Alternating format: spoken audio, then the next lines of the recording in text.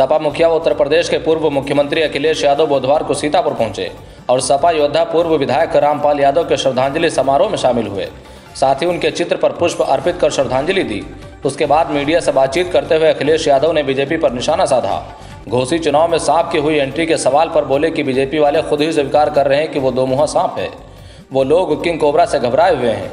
अखिलेश यादव यहीं पर नहीं रुके। उन्होंने कहा, देश बीजेपी से परेशान हो चुका है और परिवर्तन होने जा रहा है। बीजेपी के एक एक फैसले से किसान दुखी है, नाराज है। गरीबों की बीजेपी ने उम्मीद तोड़ी है। बीजेपी वाले गरीबों को गुलाम बनाना चाहते हैं, जिससे गरीब सपना न देख सके।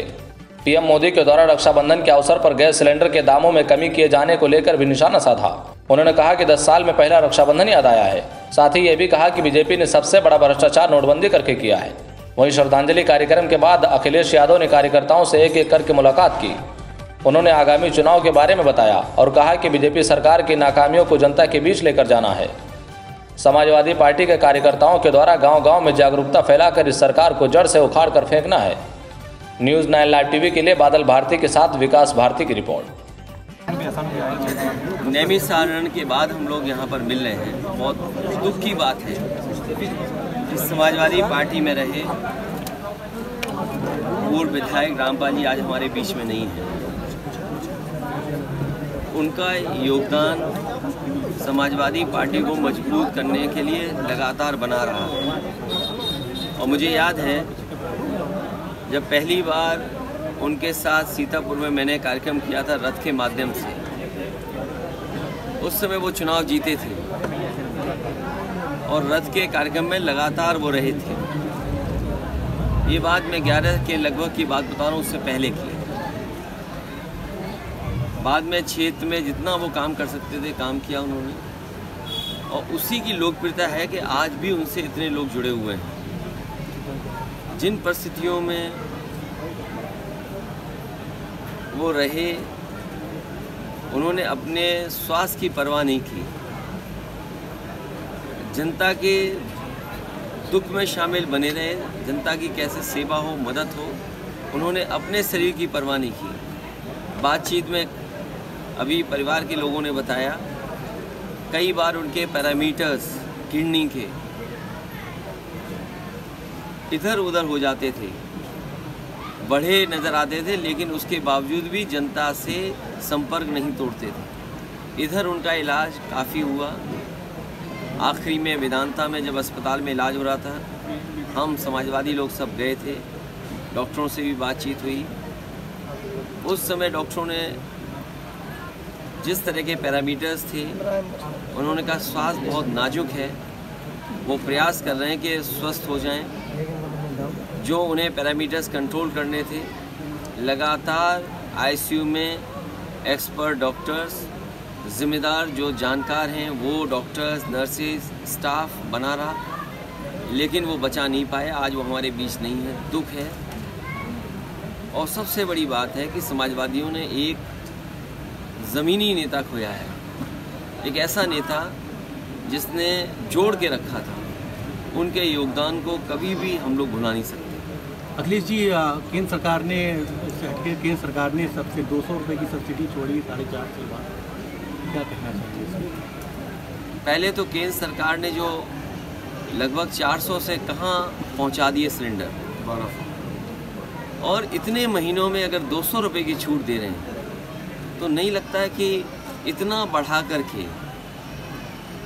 लूट की इन्होंने। ये छूट नहीं है। जो इतने दिनों की लूट हुई है उसका हिसाब किताब क्या है? आखिरकार किसके मुनाफा के लिए ये कीमत बढ़ाई जा रही थी? और केवल सिलेंडर की बात नहीं है, आप डीजल पेट्रोल देख लीजिए, किसको मुनाफा पहुंचाया जा रहा है। रिफाइंड तेल है, खाने पीने के चीज़ें हैं, और किसी भी क्षेत्र में जो महंगाई बढ़ रही है वो आखिरकार मुनाफा जा कहाँ रहा है? और फिर नोटबंदी जैसा बड़ा भ्रष्टाचार किया हो सरकार ने, बाद में अपना ही छापा हुआ नोट बंद कर दिया हो 2000 का। आखिरकार सरकार किस दिशा में जा रही है? बड़े पैमाने पे बेरोजगारी है, महंगाई है, और फिर सपना ये दिखा रहे हैं कि इतने लाख करोड़ के MOU हुए हैं, ज़मीन पर कुछ कारखाने आ गए हों, तो हमें आप बताइए कल मैं लखनऊ से घोसी गया था, जहाँ पर चुनाव चल रहा है। एक भी जगह मुझे कारखाना लगा हुआ नहीं दिखाई दिया।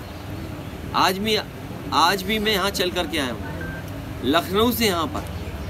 अगर एक जगह भी इनकी सरकार का कारखाना उद्योग लगा हो तो बता दो। तो जहाँ उद्योग कारखाने नहीं लग रहे हैं और सरकार ये कहती है कि 100 में केवल 4 बेरोजगार हैं, ये कहाँ के आंकड़े हैं? और फिर समाज में दरार पैदा हो जाए इसलिए 46 में 56 की बात करते हैं। बिजली महंगी, दवाइयाँ महंगी, इलाज हो नहीं पा रहा है। सरकारी अस्पतालों में गरीब जा रहा है तो दवाई नहीं, स्टेशन नहीं, कोई इंतज़ाम नहीं। ऑपरेशन की कब तारीख मिलेगी पता नहीं। तो अभी तक इस सरकार ने एक भी सरकारी अस्पताल नया नहीं बनाया जिसमें गरीब का इलाज हो पाए। जो एम्बुलेंस व्यवस्था थी, कम से कम इस सरकार को एम्बुलेंस की संख्या बढ़ा देनी चाहिए थी। पुलिस की जो गाड़ी थी उसकी संख्या बढ़ा देते, कम से कम गरीबों की मदद होती, अन्याय नहीं होता। आए दिन घटना सुनने को मिलती है। और जो कानून व्यवस्था है, ये कानून व्यवस्था कैसी उत्तर प्रदेश की? आए दिन घटनाएं सुनने को मिल रही हैं। कोई भी विभाग ठीक नहीं चल रहा है। रोडवेज की आप व्यवस्था देखो। आपने कहा कि फ्री, आज क्योंकि त्यौहार है इसलिए बेटियां, बहनें, माताएं उसमें फ्री चलेंगी। क्या वो बसें इस लायक हैं वो जो चलने लायक है? कहीं आग लग रही है, कहीं हिलती जा रही है, कहीं गिरी जा रही है, कोई सीट नहीं, कहीं ड्राइवर नहीं। और अगर ड्राइवर, कंडक्टर किसी को पूजा करने दे दें, अगर किसी वजह से किसी की पूजा है उसमें अगर बस रोक दें तो सस्पेंड कर देंगे, टर्मिनेट कर देंगे। अंततः उसको आत्महत्या करनी पड़ रही है। कोई आंदोलन के लिए निकल रहा है, उस पर लाठी मार रहे हैं आप। आवाज़ न उठे इसलिए लाठी चला रहे हैं आप। तो ये सरकार लोकतंत्र को ख़त्म करने जा रही है, संविधान को ख़त्म करने जा रही है। जो बुनियादी सवाल थे वो आज भी वैसे ही हैं। दिल्ली के 10 साल की सरकार के 24 तक, इस सरकार के भी लगभग 6 साल से ज़्यादा समय हो जाएगा। इनको जनता को जवाब देना पड़ेगा कि किसान की आय दोगुनी हुई कि नहीं हुई, जनता को क्या सुविधाएं दे रहे हैं, उसका जवाब सरकारों को देना पड़ेगा। गठबंधन को लेकर मुंबई में एक मीटिंग है आप लोगों की, इंडिया की। रक्षाबंधन का दिन भी है, इस बंधन को लेकर क्या कहेंगे, क्या उसको कैसे देखते हैं? रक्षाबंधन तो त्यौहार हमारी बहनों को, माताओं को सम्मान देने का है। सब मनाते हैं त्यौहार। इंडिया गठबंधन बना है, मुझे उम्मीद है कि ये गठबंधन और मजबूत होगा। इंडिया गठबंधन और उत्तर प्रदेश की समाजवादी पार्टी की स्ट्रेटजी यही है, इंडिया के साथ साथ पीडीए को साथ लेके चलें। अखिलेश जी, किसान परेशान है। अगर कर्ज माफ़ी की बात आई, एनडीए को करना चाहिए कर्ज माफ़ी, और नहीं करती है तो क्या इंडिया करेगी कर्ज माफ़ी? ये कर्ज माफ़ी अभी कुछ दिन पहले उत्तर प्रदेश में भारतीय जनता पार्टी ने भी की थी, लेकिन क्योंकि किसान को लाभ नहीं मिल पा रहा है उसकी फसल के लिए, उसको फिर उसी स्थिति में सरकार ने पहुंचा दिया। एक तो कारण महंगाई है जिसकी वजह से किसान वहाँ पहुँच गया। दूसरा कारण ये है कि सरकार ने ये कहा कि उसकी आय दोगुनी कर देंगे। आय तो दोगुनी हुई नहीं। कीटनाशक दवाइयाँ, बीज और जो भी खरीद किसान कर रहा है वो सब महंगा हो रहा, जिसके कारण उसे फिर लोन में उलझा दिया गया है। हमें उम्मीद है कि आने वाले समय में इस पर ज़रूर विचार किया जाएगा कि किसानों को कैसे सुविधाएं दी जाएं। अगर सुविधा में ये शामिल है कि उन्हें बैंकों से भी मदद हो तो उस पर भी विचार करना जरूरी हो।